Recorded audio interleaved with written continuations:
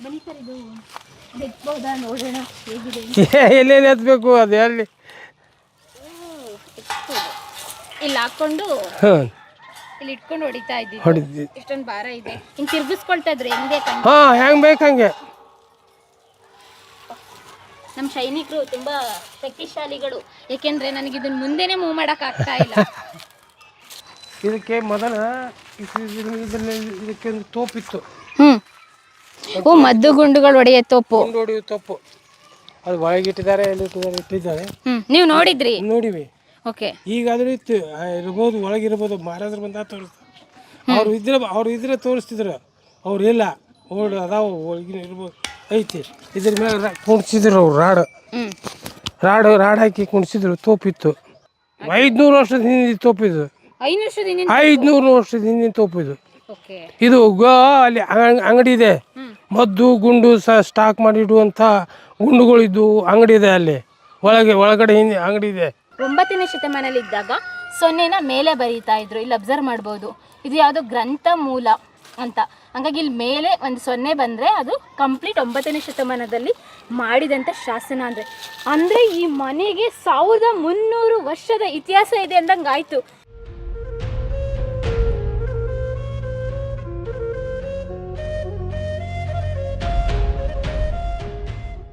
ಅಂತಂದ್ರೆ ಅದು ಇತಿಹಾಸ ಬೇಕಾಗಿತ್ತು ಅಂತ, ಪೂರ್ತಿ ಇತಿಹಾಸ ಬೇಕಾಗಿತ್ತು. ಸವದತ್ತಿ ಲೈಬ್ರರಿ ಒಳಗಿದೆ ಬುಕ್. ಓಕೆ ಅದು ಸಿಗ್ತೈತಿ. ಆಮೇಲೆ ಈಗೇನು ಈಗ ಇವರು ಕೂಡ ನನ್ಕಿಂತ ಸಣ್ಣವ್ರು. ಇವ್ರ ಅಜ್ಜಾರ ತೀರ್ಕೊಂಡಿದ್ರು. ಇವ್ರ ಅಜ್ಜಾರ್ ಇದ್ರಿ ಆಗ ನಾವಿದ್ದಾಗ. ಅವ್ರ ಅಜ್ಜಾರ ಹೆಸರೇನು? ನರಸೋಜಿರಾವ್ ಮುರಾರಾವ್ ಸಿಂಧೆ. ನರಸೋಜಿರಾವ್ ಮುರಾರಾವ್ ಸಿಂಧೆ. ಇವಾಗಿರೋರ ಹೆಸರು? ಈಗಿದ್ದವರು ಉದಯ್ ಸಿಂಗ್ ಮಹಾರಾಜರ ಇಬ್ರು ಅಣ್ಣ ತಮ್ಮರವರು. ಒಬ್ಬ ಉದಯ್ ಸಿಂಹ ಮಹಾರಾಜರು, ಒಬ್ಬ ಪ್ರತಾಪ್ ಸಿಂಹ ಮಹಾರಾಜರು. ಉದಯ್ ಸಿಂಹ ಮಹಾರಾಜು ಮತ್ತೆ ಪ್ರತಾಪ್ ಸಿಂಹ ಮಹಾರಾಜರು ಇಬ್ರು ಅಣ್ಣ ತಮ್ಮ. ನರಸೋಜಿ ಮುರಾರಾವ್ ಸಿಂಧೆ ಅವರ ಮಕ್ಕಳು. ಈಗ ಅವ್ರ ಮೊಮ್ಮಗ ಇವ. ಅವ್ರ ಪ್ರತಾಪ್ ಸಿಂಹ ಮಹಾರಾಜರ ಮೊಮ್ಮಗ ಈಗಿದ್ದವ್ರು ಜಯಸಿಂಹ ಮಹಾರಾಜ ಅಂತ. ಏನ್ ಮಾಡ್ಕೊಂಡಿದ್ದಾರೆ? ಒಕ್ಕಲ್ತನ ಇದೆ, ತೋಟ ಇದೆ. ಎಷ್ಟು ಎಕರೆ ಇದೆ ಸುಮಾರು ಅಂದಾಜು? ಇದೆ ಒಂದು 54 ಎಕರೆ ಜಮೀನು. 54 ಭಾಳ ಇತ್ತು ಜಮೀನು. ಈಗ ಕೊಟ್ಟಿದ್ದಾರೆ 54-55. ನೀವು ಇಲ್ಲಿನ ಸ್ಥಳೀಯರು? ಇದೇ ಊರವರು? ತೊರಗಲ್ ಅವರೇ. ನಿಮ್ಮ ಹೆಸರು? ನಮ್ಮ ಹೆಸರು ಅಶೋಕ್. ಬನ್ನಿ ಹಾಗಾದ್ರೆ ಮಹಾರಾಜರು ಮಾತಾಡ್ಸೋಣ. ಸ್ನೇಹಿತರೆ, ನಾವು ಹಲವಾರು ಕೋಟೆ ಒಳಗಡೆ ಹೋಗಿದ್ದು. ಅಲ್ಲಿ ತುಂಬ ಇವಾಗ ಕುರುಹುಗಳಿತ್ತು, ಅರ್ಧಂಬರ್ಧಂ ಕೋಟೆಗಳಿತ್ತು, ಖಾಲಿ ಜಾಗಗಳಿತ್ತು. ನಮ್ಗನ್ಸುತ್ತೆ, ನಾನು ಬರ್ಬೇಕಾದ್ರೆ ಅನ್ಕೊಂಡೆ ಇವಾಗ ಊರವರೆಲ್ಲ ಬಂದು ಮಾಡ್ಕೊಂಡಿದ್ದಾರೆ ಅಂತ. ಇಲ್ಲ, ಆವಾಗ ಮಹಾರಾಜರು ಮಹಾರಾಣಿಯರ ಸೇವೆ ಮಾಡ್ತಿದ್ದಾರೆ ಅನೇಕ ಜನರು ಇದ್ರಲ್ಲ, ಅವರಿಗೆ ಕೊಟ್ಟಂಥ ಮನೆಗಳು ಅಕ್ಕಪಕ್ಕನೇ ಇದ್ದು. ಹಾಗಾಗಿ ಇಲ್ಲಿ ಕೋಟೆಯಲ್ಲಿ ತುಂಬ ಖಾಲಿ ಜಾಗಗಳು ನೋಡ್ತೀವಲ್ಲ, ಬೇರೆ ಕೋಟೆಲೆಲ್ಲ ಅದೆಲ್ಲ ಮನೆಗಳಿದ್ದಿದ್ದು. ಅದೆಲ್ಲ ಇವಾಗ ನಾಶ ಆಗಿದೆ. ಆದರೆ ಇಲ್ಲಿ ನೋಡ್ಬೋದು, ಇವಾಗ ಮನೆಗಳ ಕಟ್ಕೊಂಡು ಇನ್ನೂ ಕೂಡ ಜೀವನ ಮಾಡ್ತಾ ಇದ್ದಾರೆ.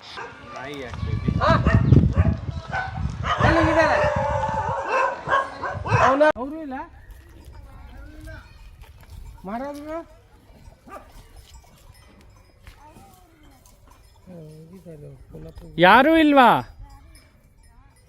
ಯಾವತ್ತು ಬರ್ತಾರೆ ಅವರು?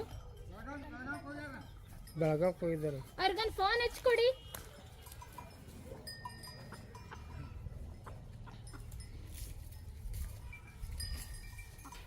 ಅಜ್ಜಾರ, ಅವ್ರಿಗೊಂದು ಫೋನ್ ಹಚ್ಕೊಡಿ. ಇನ್ನ ಯಂಕೋಬನ್ ಗುಡಿ ಅದು, ಭೂತನಾಥನ ಗುಡಿ ಅದು ನೋಡಬಹುದು. ಎಲ್ಲಿ ಭೂತನಾಥನ ಗುಡಿ? ಹೊರ್ಗಡೆ ಎಲ್ಲ ನೋಡ್ಕೋಬಹುದು, ಒಳಗಡೆ ನೋಡಬಹುದು. ಓಕೆ. ಈ ಸೇಮ್ ಇದೇನು ಬುರ್ಜಿದೆ, ಇದು ಪೂರ್ತಿ ನಾಲ್ಕು ಕಡೆ ಇದೆ. ಮೇನ್ ಗೇಟ್ ಮಹಾದ್ವಾರ ಅಲ್ಲಿದೆ, ವಾಡಿದ ಒಳಗಿಂದ. ಅದನ್ನು ತೋರಿಸ್ತೇನೆ. ಓಕೆ. ಅವ್ರ ಹೆಸರೇನಂದ್ರಿ? ಸುನ್ನಾದಲ್ಲಿದ್ದವರು ಉದಯ್ ಸಿಂಹ ಮಹಾರಾಜರು. ಓಕೆ. ಅವರ ಉದಯ್ ಸಿಂಹ ಮಹಾರಾಜರ ಮಗ ಸಂಗ್ರಾಮ್ ಸಿಂಗ್. ಆಮೇಲೆ ಪ್ರತಾಪ್ ಸಿಂಗ್ ಮಗ ಇವರು. ಓಕೆ. ಇವಾಗ ಇಲ್ಲ ಅಂತಲ್ಲ. ಅರ್ಜುನ್ ಅವ್ರು ಕೇಳಿ ಅಂದ್ರಲ್ಲ, ಎಲ್ಲ ಕೇಳಿದೆ. ಅವ್ರು ಹೆಣ್ಮಕ್ಳದಿದೆ, ಆದ್ರೆ ಅವ್ರದ್ದು ಇಲ್ಲ ನಂಬರ್. ಯಾರು?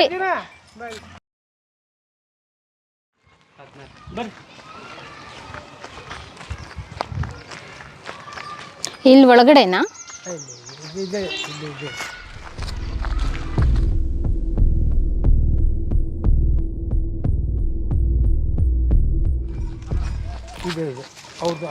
ಯಾವ್ದು ಸರ್ ಇದೆ ಅಂದ್ರೆ? 3 ಇದೆ.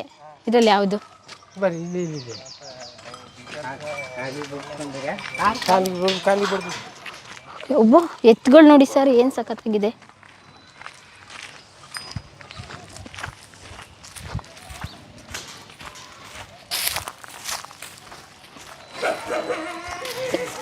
ಇದು ಅರಮನೆ ಮುಖ್ಯ ದ್ವಾರನ? ಇದು ಮುಖ್ಯ ಅರಮನೆ ಅಲ್ಲ, ಇದು ಬಂಗಲೆ. ಇದು ತಮ್ಮ ವಾಡೆಗಳಿಂದ ಬಂದು ಇರುವಂಥ ಮನೆ ಇದು. ಹಾಂ ಹಾಂ. ಮೇನ್ ಗೇಟ್ ಮುಂದದೇ ಅದಾವ. ದೊಡ್ಡ ಬಾಗಿಲು. ಇದಕ್ಕೆ ಮೊದಲ ಇದಕ್ಕೆ ಒಂದು ತೋಪಿತ್ತು.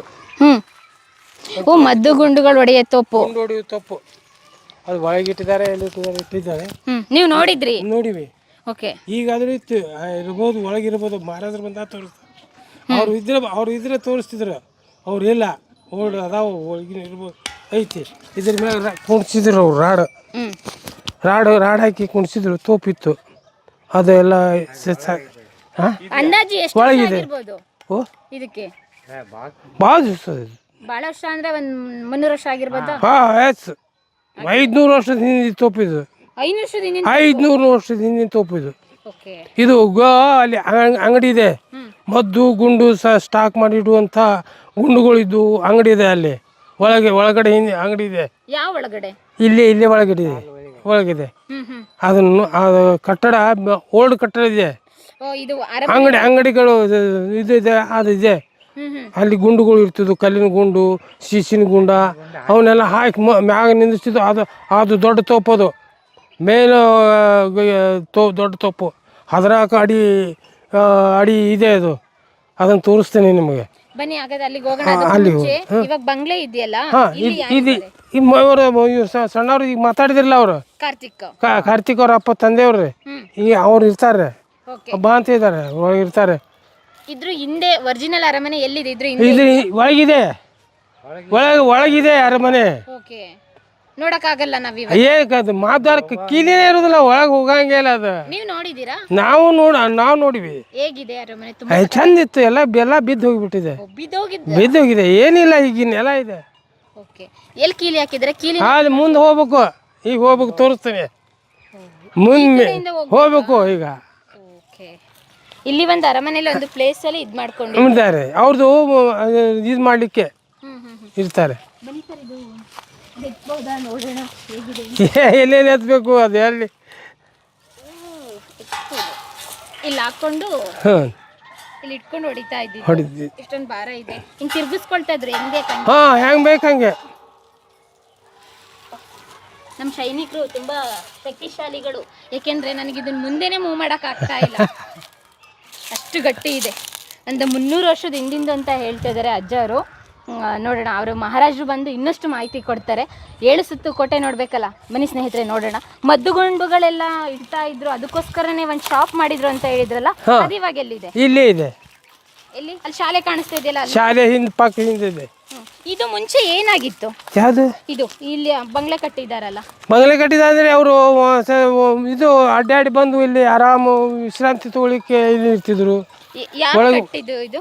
ಇದನ್ನ ಯಾವ ಕಟ್ಟಿದ್ದು? ಅದು ಯಾವ ಕಟ್ಟಿದಾರೆ? ಭಾಳ ದಿವಸ ಆಯ್ತು. ಅದು ಇನ್ನೂ ಹಳೆದು. ಇವರೆಲ್ಲ ಇಲ್ಲಿ ಕೆಲಸ ಮಾಡೋರು. ಹಾಂ ಬರ್ರಿ. ಓಲ್ಡ್ ಅದ್ರದ್ದು ಇದು ಇತಿಹಾಸ ಸಿಗಬೇಕಾದ್ರೆ ಇಲ್ಲಿದೆ. ಮೋಡಿ ಅಕ್ಷರ ಇದೆ. ಹೌದಾ? ಹಾಂ, ಎಲ್ಲಿ ಬರ್ದಿದ್ದಾರೆ? ಇಲ್ಲೇ ಇದೆ, ಬರ್ರಿ.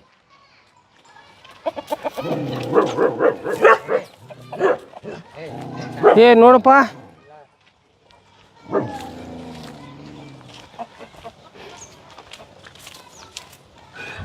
ಎಲ್ಲಿ ಬರ್ದಿದ್ದಾರೆ ಸರ್? ಓ, ಶಾಸನ.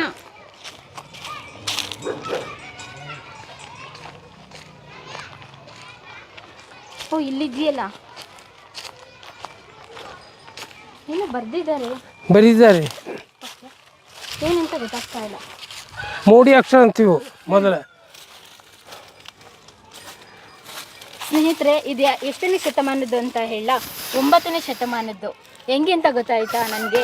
ಒಬ್ಬರು ಪುರಾತತ್ವ ಇಲಾಖೆಯಲ್ಲಿ ಶಾಸನಗಳ ಬಗ್ಗೆ ಅಭ್ಯಾಸ ಮಾಡಿದವರು ನನಗೊಂದು ಕ್ಲೂ ಕೊಟ್ಟಿದ್ರು. 9ನೇ ಶತಮಾನದಲ್ಲಿ ಬಂದಂಥ ಅಕ್ಷರಗಳಿಗೆ ನಾವು ಇವಾಗ ಇಲ್ಲೊಂದು ವರ್ಡ್ ಇದೆ, ನೀವು ನೋಡುವುದು ಗ್ರಂಥ. ನಾವು ಗ್ರಂಥ ಅಂದರೆ 0 ಪಕ್ಕಕ್ಕೆ ಬರಿತೀವಿ. 9ನೇ ಶತಮಾನದಲ್ಲಿ ಇದ್ದಾಗ 0 ಮೇಲೆ ಬರೀತಾ ಇದ್ರು. ಇಲ್ಲಿ ಅಬ್ಸರ್ವ್ ಮಾಡ್ಬೋದು. ಇದು ಯಾವುದೋ ಗ್ರಂಥ ಮೂಲ ಅಂತ ಹಂಗಾಗಿ ಇಲ್ಲಿ ಮೇಲೆ ಒಂದು 0 ಬಂದರೆ ಅದು ಕಂಪ್ಲೀಟ್ 9ನೇ ಶತಮಾನದಲ್ಲಿ ಮಾಡಿದಂಥ ಶಾಸನ ಅಂದರೆ ಈ ಮನೆಗೆ 1300 ವರ್ಷದ ಇತಿಹಾಸ ಇದೆ ಅಂದಂಗೆ ಆಯಿತು. ಯಾಕೆಂದರೆ ಇದು ಇಲ್ಲೇ ಸಿಕ್ಕಿದೆಯಲ್ಲ, ಹಂಗಾಗಿ ಶಾಸನ ಏನು, ಯಾವಾಗ ಸಿಕ್ತು, ಈ ಶಾಸನದಲ್ಲಿ ಏನು ಬರೆದಿದ್ದಾರೆ, ಏನಾದರೂ ಒಂದು ಗ್ರಂಥ ರೂಪದಲ್ಲಿ ಬರೆದಿದ್ದಾರೆ ಅಂತ ಹೇಳಿದರೆ ಇದಕ್ಕೊಂದು ಸಾಕ್ಷಿ ಇರುತ್ತೆ. ಅದೇನು ಅಂತ ಮಹಾರಾಜ ಹತ್ರನೇ ಕೇಳಿ ಪಡ್ಕೊಳ್ತೀವಿ. ಅದಕ್ಕೂ ಮುಂಚೆ ಇಲ್ಲಿ ನೋಡಬಹುದು, ಯಾವುದೇ ಒಂದು ಶಾಸನ ಬಡಿಬೇಕಾದ್ರೂ ಕೂಡ ಆವಾಗ ಹೆಂಗೆ ಕೆತ್ತನೆ ಮಾಡ್ತಾಯಿದ್ರು ಗೊತ್ತಾ, ನಮ್ಮ ಮಹಾರಾಜರಾಗಿರ್ಬೋದು, ಮಹಾರಾಣಿಯವರಾಗಿರ್ಬೋದು, ಯಾವುದೇ ಒಂದು ಸಂಸ್ಥಾನದವರು ಸೂರ್ಯ ಚಂದ್ರ ಇರುವವರೆಗೂ ಕೂಡ ಈ ಶಾಸನ, ಶಿಲಾಶಾಸನ, ಕಲ್ಲಿನ ಶಾಸನ ಶಾಶ್ವತವಾಗಿರುತ್ತೆ ಅಂತ. ಇಲ್ಲಿ ನೋಡ್ಬೋದು ನೀವು, ಸೂರ್ಯ ಮತ್ತು ಚಂದ್ರ, ಅದ್ರ ಜೊತೆಗೆ ಲಿಂಗ ಪೂಜೆ ಮಾಡ್ತಾ ಇದ್ದಾರೆ, ಅದ್ರ ಜೊತೆಗೆ ಇಲ್ಲೊಬ್ಬರು ಏನೋ ಬೇಡ್ಕೊಳ್ತಾ ಇದ್ದಾರೆ. ಹೀಗಾಗಿ ಇದು ಒಂದು ಕಂಪ್ಲೀಟಾಗಿ ಹೇಳ್ತಾ ಇದೆ, ಒಂದು ಯಾವುದೋ ಒಂದು ಶಾಸನ, ಅದ್ರ ಜೊತೆಗೆ 9ನೇ ಶತಮಾನ ಶಾಸನ ಅಂತ. ಅದ್ರ ಜೊತೆಗೆ ಇಲ್ಲೊಂದಿದೆ, ಇದು ಯಾವುದೋ ಒಂದು ಮೂರ್ತಿ ಅನಿಸುತ್ತೆ. ಯಾವುದು ಸರ್ ಇದು? ಇಲ್ಲ, ನಮಗೂ ಏನು ಗೊತ್ತಿಲ್ಲ ಇದು. ಹಾಂ ಸ್ನೇಹಿತರೆ, ಇದು ಯಾವುದು ಗೊತ್ತಾ, ಇಲ್ಲಿ ಲುಕ್ ನೋಡಿದ್ರೆ ಗೊತ್ತಾಗ್ತಾ ಇದೆ. ಯಾರು ಹೇಳಿ? ನಮ್ಮ ಬಜರಂಗಿ, ಬಜರಂಗಿ ಆಂಜನೇಯನ ಮೂರ್ತಿ. ನೀವು ನೋಡ್ಬೋದು, ಪ್ರತಿಯೊಂದು ಕೋಟೆ ಮತ್ತು ಪ್ರತಿಯೊಂದು ಬುರ್ಜುಗಳನ್ನ ಕಟ್ಟಬೇಕಾದ್ರೆ ಆಂಜನೇಯನ ಅಲ್ಲಿ ಸ್ಥಾಪನೆ ಮಾಡ್ತಾ ಇದ್ರು. ಏಕೆಂದರೆ ಆಂಜನೇಯ ಬಲಾಢ್ಯವಾಗಿರ್ತಾರೆ, ಹಂಗೆ ನಮ್ಮ ಸಾಮ್ರಾಜ್ಯನೂ ಕೂಡ ಬಲಾಢ್ಯವಾಗಿರಲಿ ಅಂತ ಹೇಳಿ ಆಂಜನೇಯನ ಒಂದು ಕಲ್ಲನ್ನು ಬುರ್ಜೊಳಗಡೆನೆ ಅಂದರೆ ಗೋಡೆ ಕಟ್ಟಬೇಕಾದ್ರೇ ಅದನ್ನು ಸ್ಥಾಪನೆ ಮಾಡ್ತಾಯಿದ್ರು. ಅದು ಒಂದು ಸಿಕ್ಕಿರೋ ಅಂಥದ್ದು ಅಂತ ಹೇಳ್ಬೋದು. ಅದ್ರ ಜೊತೆಗೆ ಇದು ಒಂದು ಶಾಸನ ನೋಡ್ಬೋದು. ಇದು ಎಷ್ಟನೇ ಶತಮಾನದ ಗೊತ್ತಾ? ಪ್ರಾರಂಭ. ಇಲ್ಲಿ ನೋಡ್ಬೋದು, ಇಲ್ಲ ಇದು 9ನೇ ಶತಮಾನದಲ್ಲ, ಯಾಕೆಂದರೆ ಇಲ್ಲಿ 0 ಪಕ್ಕ ಬಂದಿದೆ. ಇದು ಇತ್ತೀಚೆಗೆ ಬಂದಿದ್ದು, 1800ರ ನಂತರ ಬಂದಿರೋ ಅಂಥ ಶಾಸನ. ಇಲ್ಲಿ ನೋಡ್ಬೋದು, ನೀವು ಅಬ್ಸರ್ವ್ ಮಾಡಿ. ನೀವು ಬನ್ನಿ, ನಮ್ಮ ಕ್ಯಾಮ್ರಾಮನ್ ಸೂಕ್ಷ್ಮವಾಗಿ ಇದೊಂದು ತೋರಿಸಿ. ಪ್ರಾರಂಭ,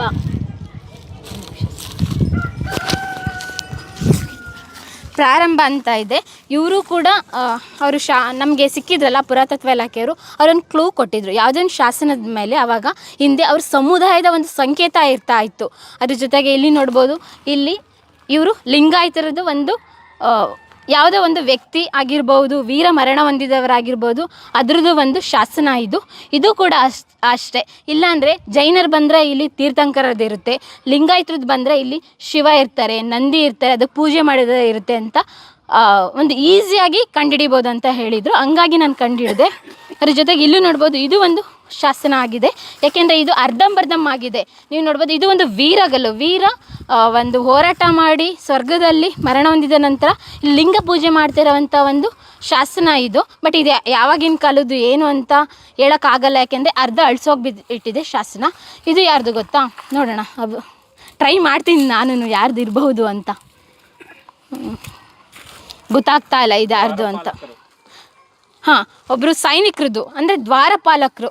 ನಾವು ಅರಮನೆ ಎಂಟ್ರೆನ್ಸಲ್ಲಿ ಪ್ರತಿಯೊಬ್ಬರೂ ಕೂಡ ಅರಮನೆ ಕಾಯೋದಕ್ಕೆ ದ್ವಾರಪಾಲಕರು ನೇಮಿಸ್ತಿರ್ತಾರಲ್ಲ, ಅದ್ರದ್ದೊಂದು ಶಾಸನ ಇದೆ.